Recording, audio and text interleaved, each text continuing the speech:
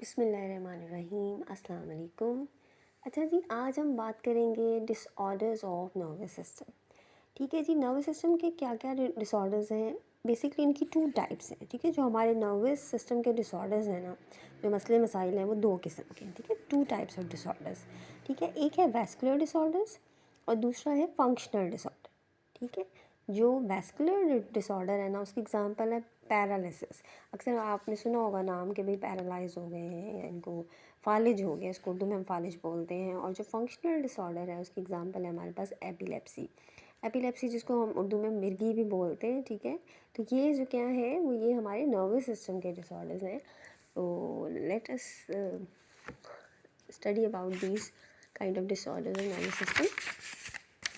अच्छा जी, जो हमारा वैस्कुलर डिसऑर्डर है ना, वो क्या है? Vascular disorders are due to any disturbance in the blood supply to nervous system.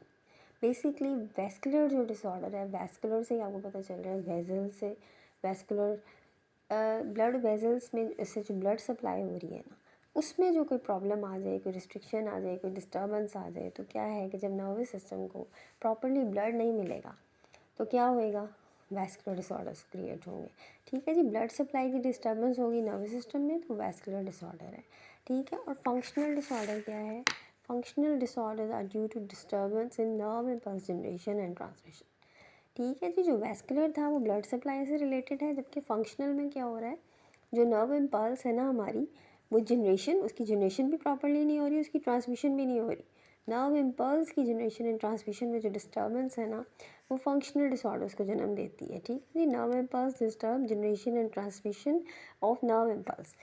ठीक है, तो ये तो वैस्कुलर और जो फंक्शनल डिसऑर्डर है, इसका इंट्रोडक्शन मैंने आपको दिया। मैं आपको एग्जांपल्स इसकी बता देती हूँ। एग्जांपल ऑफ वैस्कुलर डिसऑर्डर्स क्या हैं? Paralysis, you have listen many more times, this person is paralysed. ठीक है ना, पैरालिसिस बेसिकली हमारा जो है वो जो है वैस्कुलर डिसऑर्डर है, vascular disorder of nervous system. तो how can you define the paralysis? Paralysis is the complete loss of function by one और मोर मसल ग्रुप।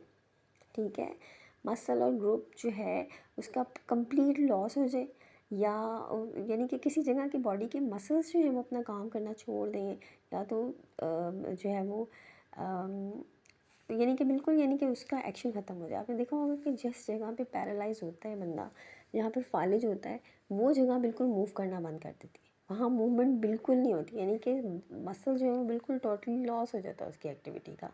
ठीक है, तो पैरालिसिस ये, और इसका कॉज क्या है, ये क्या वजह बनती है? It is more often caused by damage to the central nervous system, brain और स्पाइनल कॉर्ड। जाहिर है फालिज होता ही तब है जब हमारी जो है वो ब्रेन या स्पाइनल कॉर्ड में कोई डैमेज होता है, बड़ा डैमेज होता है, तो उससे क्या होता है कि इंसान पैरालाइज हो जाता है, फंक्शनिंग प्रॉपर होगी नहीं जब, तो जाहिर है मसल को मैसेज नहीं आएगा और मसल जो है वो अपनी मूवमेंट नहीं कर सकेगा। ठीक है, द डैमेज में be due to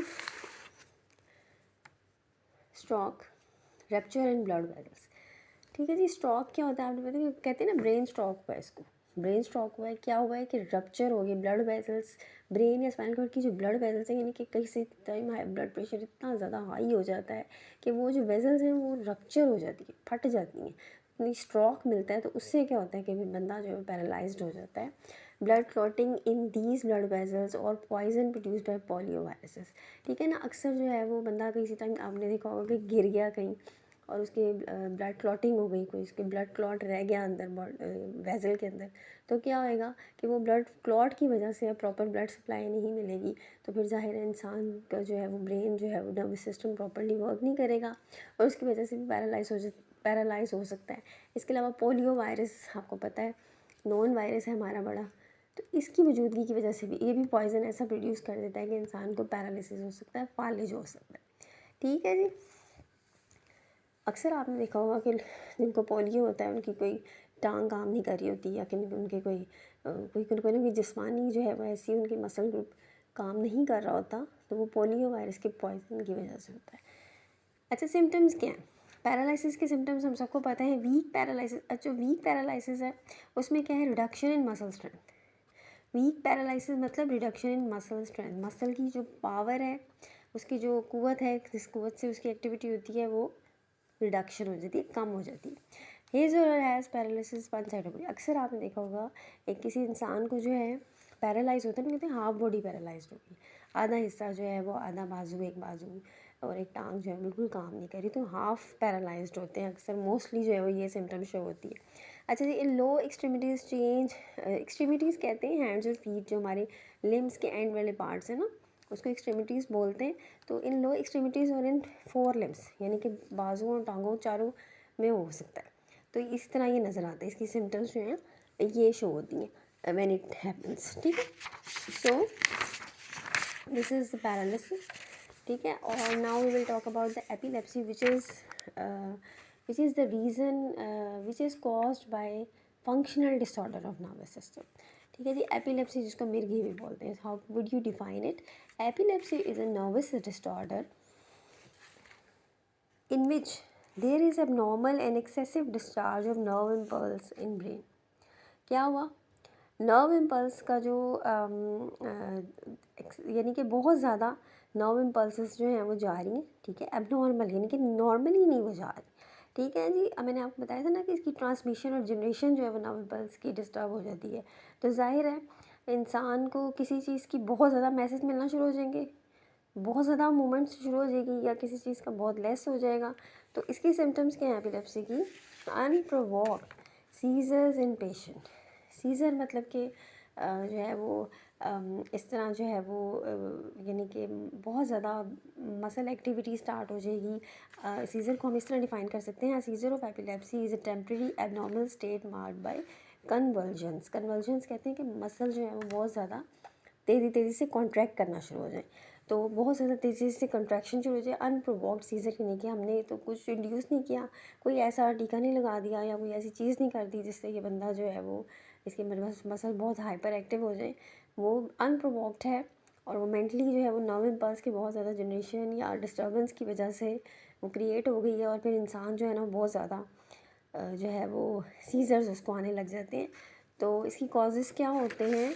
in younger age, younger people epilepsy is due to genetic और डेवलपमेंटल कॉजेज़, ठीक है जी। जेनेटिकली भी ये होता है, किसी की जीन्स पे ये चीज़ ऐड होती है, और डेवलपमेंटल कॉजेज़ मतलब कि जब इंसान की बॉडी डेवलप हो रही होती है तो उसके अंदर जो है वो कई दफ़ा इस किस्म की रीज़न्स बन जाते हैं कि इंसान जो है वो कोई जो है वो, जब इंसान डेवलप हो रहा होता है ना, डेवलपमेंटल क्या है कि जब इंसान की डेवलपमेंट हो रही थी, जब वो यानी कि बन रहा था, तभी इस किस्म के जो है वो प्रॉब्लम्स पैदा हो गए। In people over 40 years age brain tumours are made more likely to cause epilepsy. अब जो 40 साल से बड़ी उम्र के हैं, यंगर एज में तो जेनेटिकली हो सकता था ना, डेवलपमेंटल प्रॉब्लम हो सकती है, उसका ये वजह बन सकती है। जो 40 साल की उम्र से ज़्यादा लोग हैं ना, उनमें क्या होता है कि जो है वो ब्रेन ट्यूमर्स वगैरह अगर उनके अंदर हो तो वो कॉज कर सकते हैं एपिलेप्सी। और head trauma and CNS infections में cause epilepsy at any stage, at any age. किसी भी उम्र में जो है ना, कोई हेड ट्रॉमा इंसान को मुझे बहुत ज़्यादा, कोई जहनी जो है वो प्रेशर आए, या कोई चोट लग जाए, या कोई इस तरह की कोई भी वजह, और सेंट्रल नर्वस सिस्टम में अगर कोई इन्फेक्शन हो जाए, तो ये सब जो है वो एपिलेप्सी के कॉजेज़ हो सकते हैं, ठीक है। सो इसका ट्रीटमेंट कैसे होता है? How it is treated? Epilepsy is how treated. There is no known cause of epilepsy but medicine can control seizures.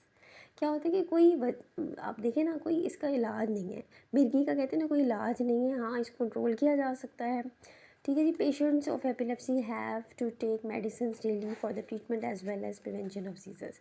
उनको जो है वो रेगुलर बेसिस पे, ऐसे पेशेंट को रेगुलर बेसिस पे मेडिसिन लेनी पड़ती है, ताकि वो अपनी जो है वो सीजर्स को उनकी रुक सकें। उनको इस तरह जो है वो फटाफट एक्टिविटी, हिलना शुरू हो जाते हैं मिर्गी के पेशेंट बहुत ज़्यादा, वो ना हो। They are termed as anti convulsant और एंटी एपिलेप्टिक ड्रग्स।